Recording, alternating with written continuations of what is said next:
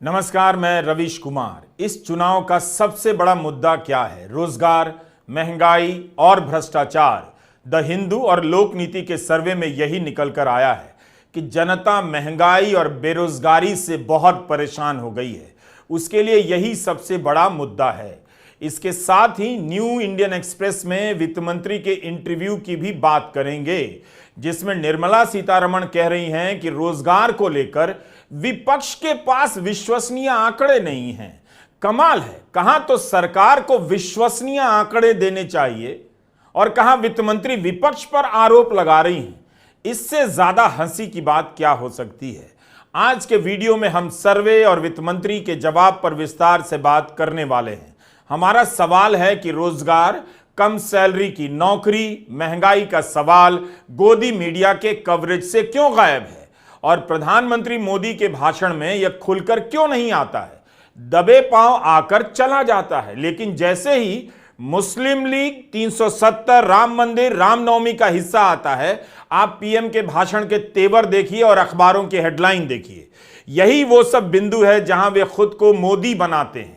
रोजगार, अच्छे कॉलेज की बात नहीं करते हैं, स्टार्टअप की बात करते हैं, जनरल सी बात कर जाते हैं, मगर उस पर भी विस्तार से मीडिया में बात नहीं होती कि स्टार्टअप से क्या कोई रोजगार क्रांति हो गई है। इसका डेटा तो वित्त मंत्री के पास होना ही चाहिए। हमने 10 अप्रैल के वीडियो में पश्चिम यूपी में प्रधानमंत्री के 3 भाषणों का विश्लेषण किया था। बहुत मुश्किल से रोजगार या अवसर शब्द नजर आया। प्रधानमंत्री नरेंद्र मोदी कांग्रेस के मैनिफेस्टो में मुस्लिम लीग की छाप खोज लाए हैं। आप खुद भी कांग्रेस का मैनिफेस्टो उसकी वेबसाइट से खोलकर पढ़ लीजिए कि प्रधानमंत्री सही बोल रहे हैं या नहीं। लेकिन प्रधानमंत्री पहले यह तो बताएं कि बीजेपी का मैनिफेस्टो कहां गया। 2014 में प्रथम चरण के मतदान के दिन ही जब लोग वोट डालने जा रहे थे, उस दिन बीजेपी का मैनिफेस्टो आया था। यह है बीजेपी का कमिटमेंट। तब कांग्रेस ने चुनाव आयोग से जाकर शिकायत की। 2019 के चुनाव से पहले चुनाव आयोग ने नियम ही बना दिया कि प्रथम चरण के मतदान से 48 घंटे पहले कोई भी पार्टी अपना मैनिफेस्टो जारी नहीं करेगी। 2019 में भी बीजेपी ने मतदान से 3 दिन पहले मैनिफेस्टो जारी किया था। क्या बीजेपी नहीं चाहती कि उसके मैनिफेस्टो पर विस्तार से चर्चा हो? जनता पढ़ ले कि रोजगार की बात किस तरह से की गई है। मतदाता को कितना कम समय मिलेगा अब अगर मैनिफेस्टो आया भी तो। 19 अप्रैल को 102 सीटों के लिए मतदान होने हैं। बीजेपी का घोषणा पत्र नहीं आया है। अब हमारा सवाल है कि जिस पार्टी के पास 2047 का रोड मैप रेडी है, जो फरवरी महीने से ही सरकार में आने के बाद पहले 100 दिन का रोड मैप बनाने की बात कर रही है, उस पार्टी के पास अभी तक मैनिफेस्टो क्यों नहीं है? कांग्रेस का मैनिफेस्टो 5 अप्रैल को आ गया, चुनाव से पहले, मतदान से 2 हफ्ते पहले। भाजपा का कहां है? 24 जनवरी को CNN न्यूज 18 ने सूत्रों के हवाले से खबर छापी कि पीएम ने मंत्रियों से पूछा है कि तीसरी बार सत्ता में आने पर पहले 100 दिन का क्या प्लान है।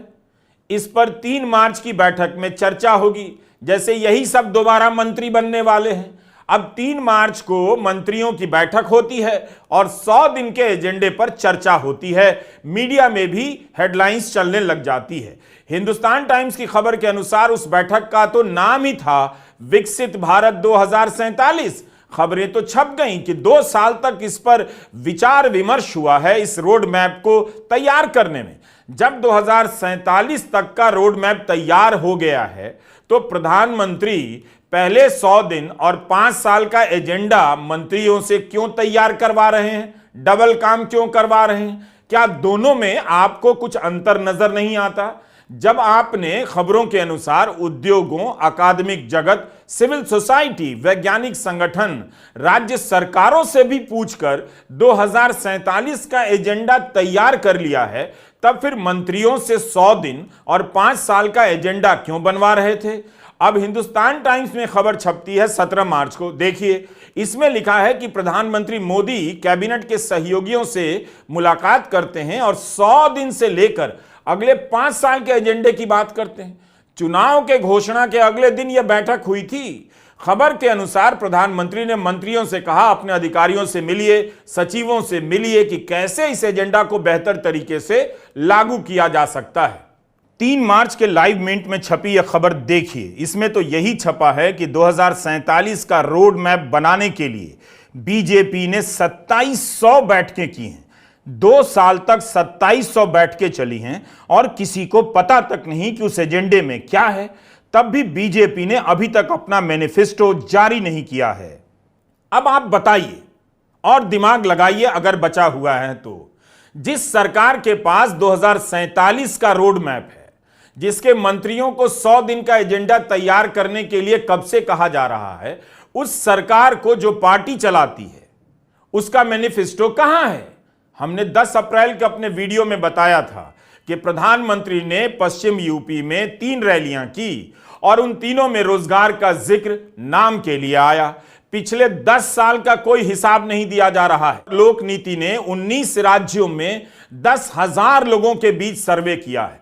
इस सर्वे में 36% लोग ऐसे मिले हैं जिनके लिए रोजगार और महंगाई टॉप के मुद्दे हैं। शहरों में रहने वाले 65% लोगों ने रोजगार के सवाल को बड़ा सवाल माना है। अगर शहरों में रहने वाले 65% रोजगार को बड़ा सवाल मानते हैं तो इसका मतलब यही हुआ कि शहरों में रोजगार बहुत कम है और कम सैलरी और ज्यादा काम की नौकरी है। इससे उनके भीतर उत्साह खत्म सा हो गया है। उनकी जर्जर जवानी में गैस भरने के लिए ही धर्म का मुद्दा लाया जाता है और मुस्लिम लीग का, ताकि किसी शत्रु को देखकर अपनी कंगाली ये लोग भूल जाएं और गर्व से टाइट हो जाएं। देश में सबसे बड़ा मुद्दा कौन सा है? बेरोजगारी। किसी से भी पूछो। यात्रा में मैंने हजारों लोगों से पूछा, सबसे बड़ा मुद्दा कौन सा है? खट जवाब आता है, बेरोजगारी सबसे बड़ा मुद्दा है। दूसरे नंबर पे कौन सा है? दूसरे नंबर पे महंगाई। दूसरे नंबर पे 90% लोग आपको कहेंगे पहले नंबर पे बेरोजगारी, दूसरे पे महंगाई। अब आपने एक चीज नोट की होगी कि हिंदुस्तान की जनता से अगर आप पूछें तो वो आपको बताएंगे पहले नंबर पर बेरोजगारी, दूसरे नंबर पर महंगाई। मगर अगर आप हिंदुस्तान के मीडिया से पूछेंगे या मीडिया को देखेंगे तो आपको लगेगा सबसे जरूरी मुद्दा अंबानी जी की शादी है,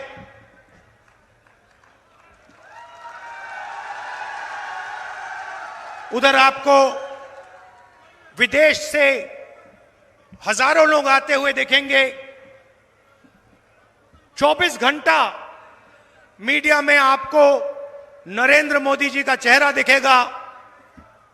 कभी वो समुद्र के नीचे जाएंगे,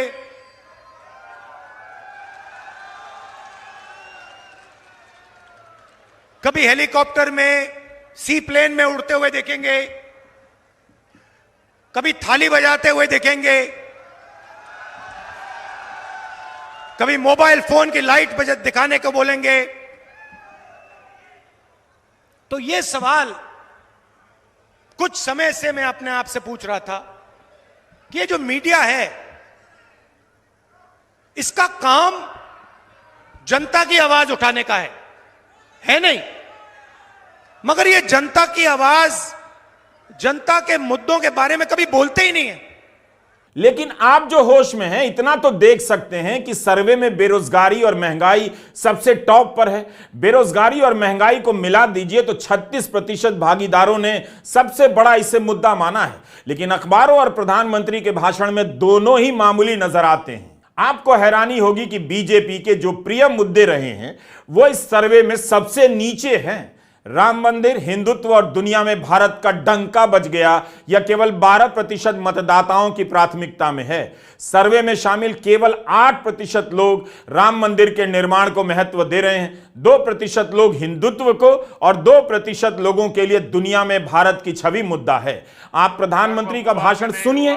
आप पढ़ भी लीजिए, वेबसाइट पर है। इतनी बार गर्व गर्व गर्व करते हैं कि गर्व होता भी है तो गर्व नहीं होता है। इतनी बार दुनिया में भारत का डंका बजा देते हैं कि डंका बजता ही रह जाता है। आज पूरी दुनिया में भारत का डंका बज रहा है।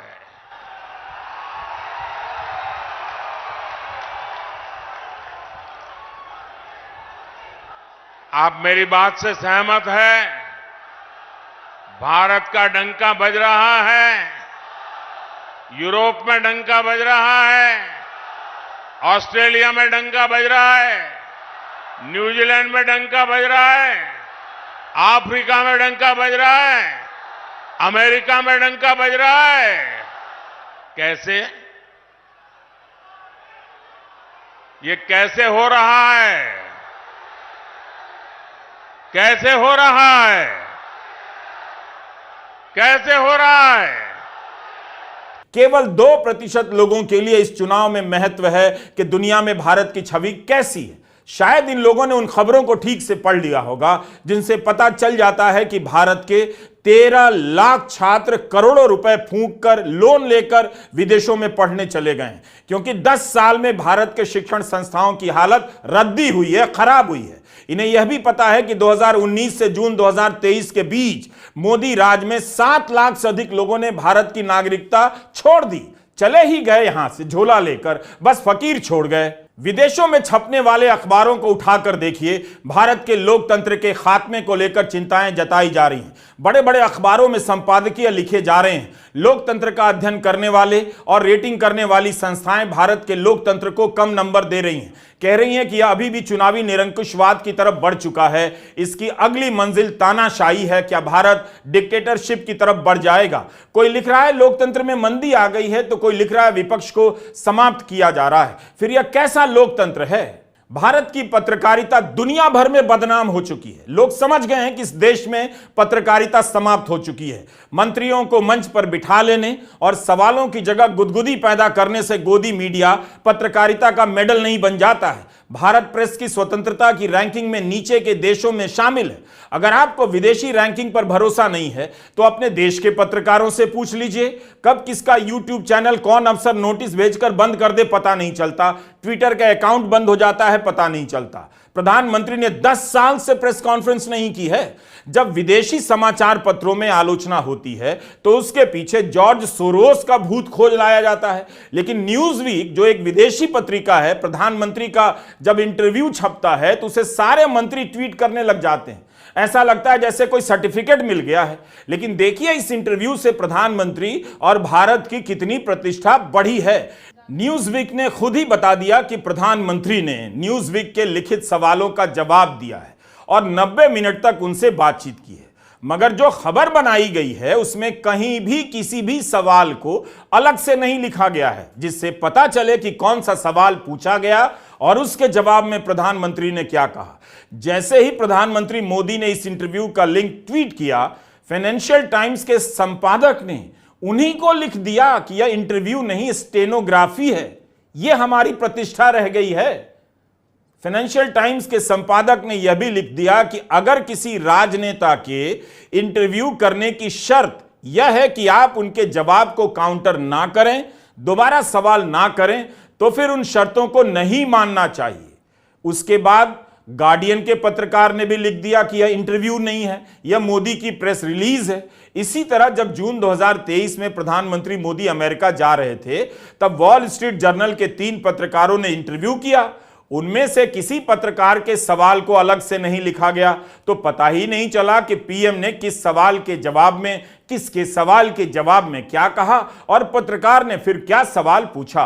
दुनिया देख रही है कि इंटरव्यू कैसे हो रहे हैं। लेकिन जब व्हाइट हाउस में सबरीना ने सवाल पूछ दिया तो जवाब देते वक्त प्रधानमंत्री यही कह पाए कि भारत के डीएनए में डेमोक्रेसी है, जबकि सवाल अल्पसंख्यकों के अधिकारों को बेहतर करने, सुनिश्चित करने को लेकर था। भारत का लोकतंत्र दुनिया भर में उसका सबसे बड़ा ब्रांड है।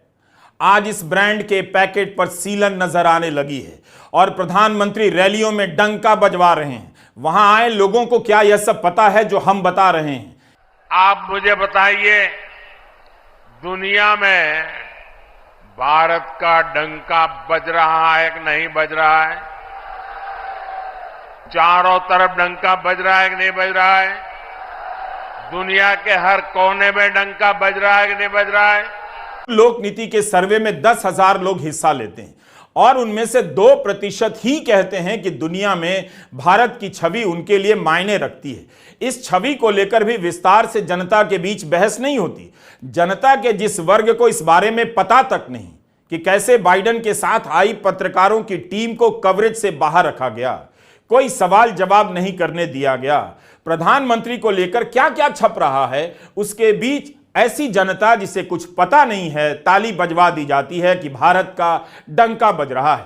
10 साल के काम का हिसाब जैसे ही कमजोर पड़ता है, प्रधानमंत्री डंका पर आ जाते हैं, नहीं तो श्रीलंका पर आ जाते हैं। श्रीलंका का मुद्दा भी अब पीछे चला गया है। सवाल है कि फिर रोजगार पर बात क्यों नहीं हो रही है? सोचिए, 10,000 लोगों में से केवल 2% के लिए विदेशों में डंका मायने रखता है। ऐसा नहीं है कि ये लोग भारत की अच्छी छवि पसंद नहीं करते, बल्कि उनका मतलब यह होगा कि यह चुनाव 10 साल के हिसाब और अगले 5 साल के काम पर हो रहा है, उसके लिए हो रहा है। लेकिन अभी तक तो बीजेपी ने अपना मैनिफेस्टो भी जारी नहीं किया।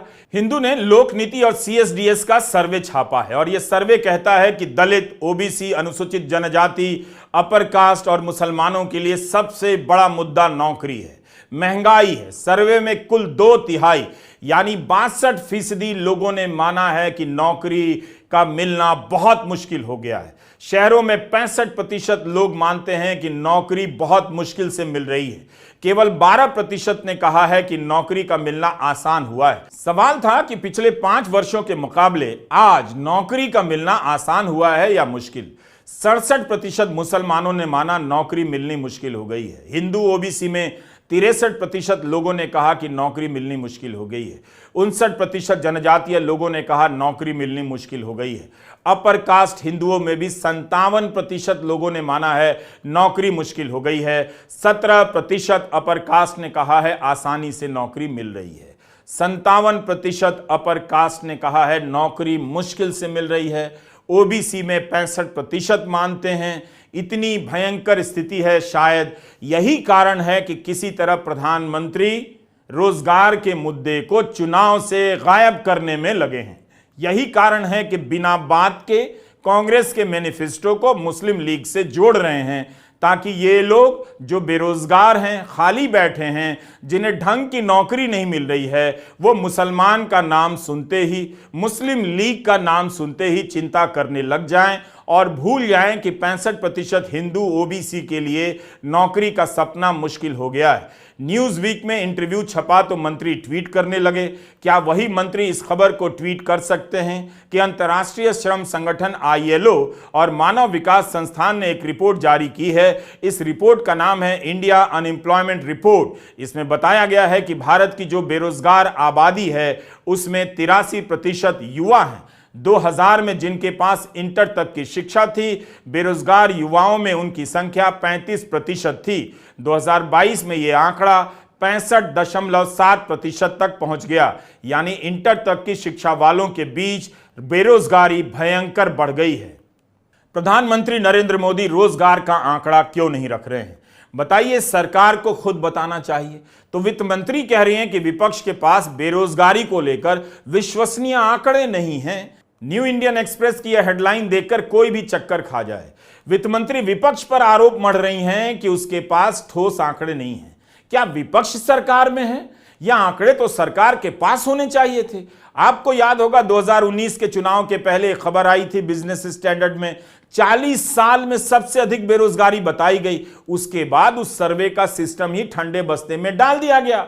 इसके बाद मोदी सरकार ने रोजगार का आंकड़ा देने का कोई नया सिस्टम क्यों नहीं बनाया? जैसे अमेरिका में आप हर महीने जान जाते हैं कि कितने लोगों को रोजगार मिला, कितने लोगों की नौकरी चली गई। खुद तो अपना सिस्टम बनाया नहीं और उल्टा विपक्ष को कह रही हैं उसके पास बेरोजगारी को लेकर आंकड़े नहीं हैं। यह इंटरव्यू बता रहा है कि मोदी सरकार ने रोजगार के आंकड़े को कैसे बहस से बाहर और गायब कर दिया है। न्यू इंडियन एक्सप्रेस से वित्त मंत्री ने कहा है कि यह तथ्य है कि भारत में वो आंकड़ा नहीं है जो जमीन पर श्रम की स्थिति को ठीक से दिखा सके। हम नियमित रोजगार का आंकड़ा जमा करते हैं, मगर यह पूरे देश के रोजगार का बड़ा हिस्सा नहीं है। खुद कह रही हैं आज असंगठित क्षेत्र बढ़ रहा है और उस क्षेत्र में और भी नई नई नौकरियां मिल रही हैं, मगर उसमें भी हमारे पास आंकड़ा नहीं है। बताइए कि वित्त मंत्री कह रही हैं कि असंगठित क्षेत्र में नौकरियां बढ़ रही हैं, मगर कितनी नौकरियां हैं, किस स्तर की हैं, सैलरी क्या है, मजदूरी क्या है, उसका आंकड़ा नहीं है। तो ये क्यों नहीं है? 10 साल हो गए मोदी सरकार के और सरकार ही रोजगार का समग्र आंकड़ा नहीं दे पा रही है। बेरोजगारी से तो कहीं ज्यादा लोग महंगाई से परेशान नजर आए लोक नीति और CSDS के सर्वे में। इन दोनों मुद्दों का संबंध आप ठीक से समझिए।